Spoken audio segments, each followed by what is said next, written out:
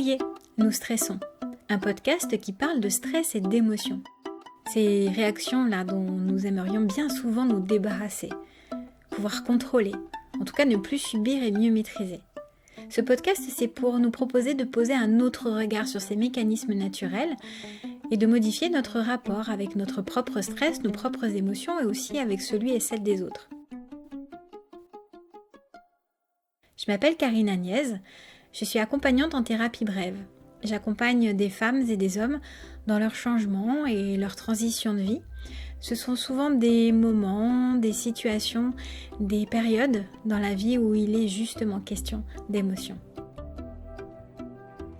Bienvenue sur ce podcast, bonne écoute.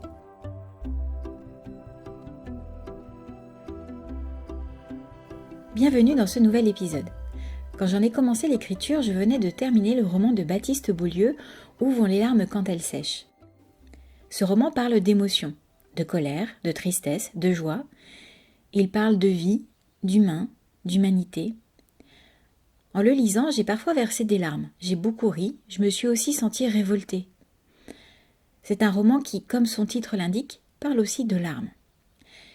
J'ai rencontré tellement de gens qui se retiennent de pleurer, souvent, je l'ai fait moi-même, ou qui se jugent mal de ne pas réussir à retenir leurs larmes, surtout devant quelqu'un, que j'ai voulu faire cet épisode spécifique sur les larmes. Bienvenue dans l'épisode numéro 10. Les larmes, c'est quoi ?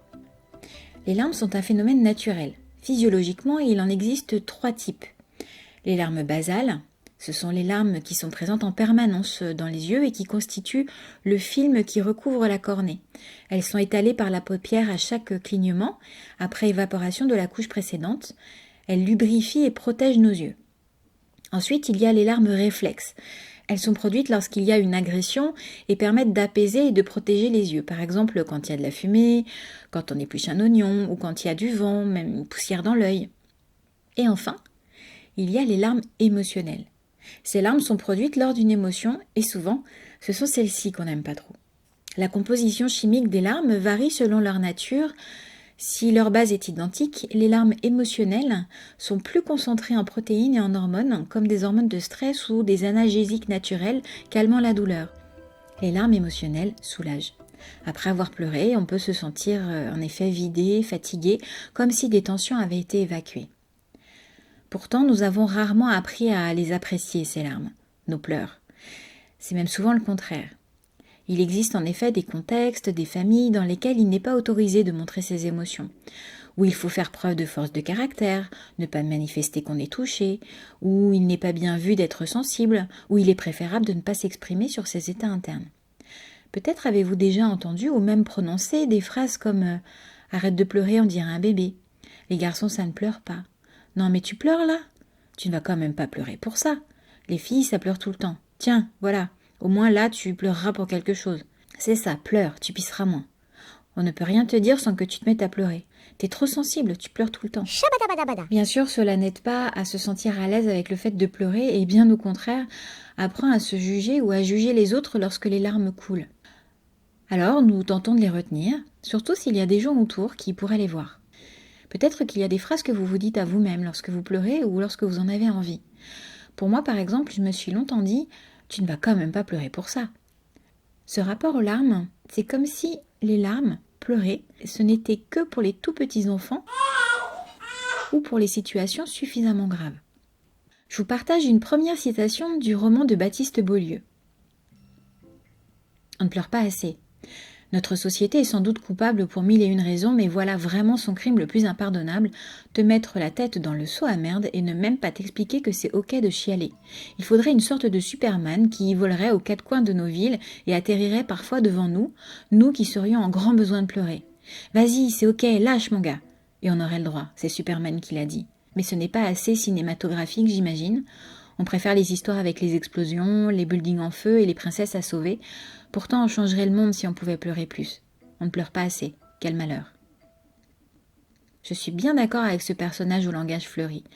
D'autant que nous oublions que les larmes coulent dans de nombreuses situations et pour de nombreuses émotions. Chagrin, tristesse, bien sûr, mais aussi colère, surprise, nostalgie, rire, compassion, soulagement, émerveillement, frustration, indignation, déception, admiration, regret, peur, fierté, excitation, gratitude, joie, douleur, fatigue. Toute une palette. Et oui, les larmes émotionnelles, comme leur nom l'indique, sont issues de nos émotions, et chacune de ces émotions est valide. Même dans le cabinet d'un thérapeute, cela peut être difficile de se laisser pleurer. On peut craindre de déranger, avoir peur de ce que la personne en face va en penser, peur d'être pris en pitié, peur de se montrer vulnérable. Pourtant, lorsque les larmes me viennent, c'est que quelque chose en nous a mal ou a eu mal. Et la personne en face, praticien, praticienne, thérapeute, psy, est touchée. Son empathie est activée et cette personne est là justement pour aider à moins souffrir, à aller mieux. Exprimer ses émotions en laissant les manifestations corporelles comme les larmes et pleurs se faire aide à aller mieux. Déjà, il semble que la composition des larmes aide au soulagement avec l'évacuation d'hormones de stress ou des analgésiques naturels et aussi exprimer une émotion évite qu'elle laisse une tension dans le corps. Et c'est ok aussi de se faire aider et accompagner lorsqu'on ne va pas bien. Voici une nouvelle citation du roman Où vont les larmes quand elles sèchent, dont le narrateur, médecin, n'arrive plus à pleurer. Pleurer devant les gens, c'est comme se mettre à nu. Ça demande du lâcher-prise. Je n'en ai pas quand je suis seule, alors avec quelqu'un. Ça est autre chose, de la confiance. Peut-être n'avais-je pas assez confiance en Zina pour me laisser aller. Clairement, la réciproque n'est pas vraie. Zina sanglote devant moi. Quel cadeau. Ce passage est en réalité un peu plus long et voici les phrases qui suivent. Même lorsqu'elles sont joyeuses, les larmes cachent une blessure intime ou une impuissance. Est-ce que Zina pleure parce qu'elle a réussi ce que le pronostic médical lui a si longtemps refusé ? Ces larmes, que cachent-elles ? Une tension extrême qui se relâche ? Un regret ? La vie qu'on s'est vu refuser ? Oui, oui et oui, mais de la joie ? En effet, c'est étrange cette idée de pleurer de joie. Les manifestations de la joie sont plutôt le sourire, le rire, le mouvement vers les autres, parler plus fort, pour partager, pour communiquer. Dans ce podcast, je vous ai déjà parlé de la fonction du stress et de nos émotions dans la survie et l'évolution de l'espèce. Je vous renvoie vers l'épisode « Le stress et les émotions sont comme les coquelicots » par exemple. Dans ce cadre-là, on peut se demander à quoi servent les larmes, à quoi ça sert de pleurer. Je ne suis pas allée vérifier les sources, mais il semblerait que les homo sapiens que nous sommes aujourd'hui, nous soyons le résultat de l'évolution non pas des êtres qui fonctionnaient avec la loi du plus fort, mais au contraire avec celles et ceux qui fonctionnaient sur la base de l'entraide, de la protection des plus fragiles et avec les compétences de chacun, chacune, avec celles et ceux qui pratiquaient l'empathie. Et dans ce contexte, les larmes seraient un signal visible par l'entourage, par les autres, un signal que nous n'allons pas bien, que nous souffrons, que nous avons besoin d'aide et de soutien. Ce signal est visible pour informer les autres, activer l'empathie de nos semblables, afin de recevoir cette aide et ce soutien dont nous avons alors besoin. Si je ne suis pas volontairement allée chercher les sources de ces théories, oui, c'est aussi par flemme, mais je crois surtout que c'est parce que cette idée me plaît.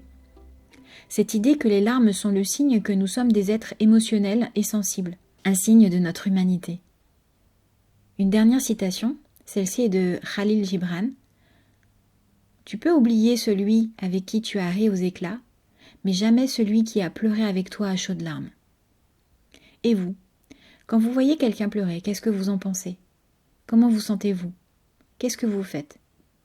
Et quand c'est vous ? Si cet épisode vous a plu, que vous pensez qu'il peut intéresser d'autres personnes, surtout partagez-le.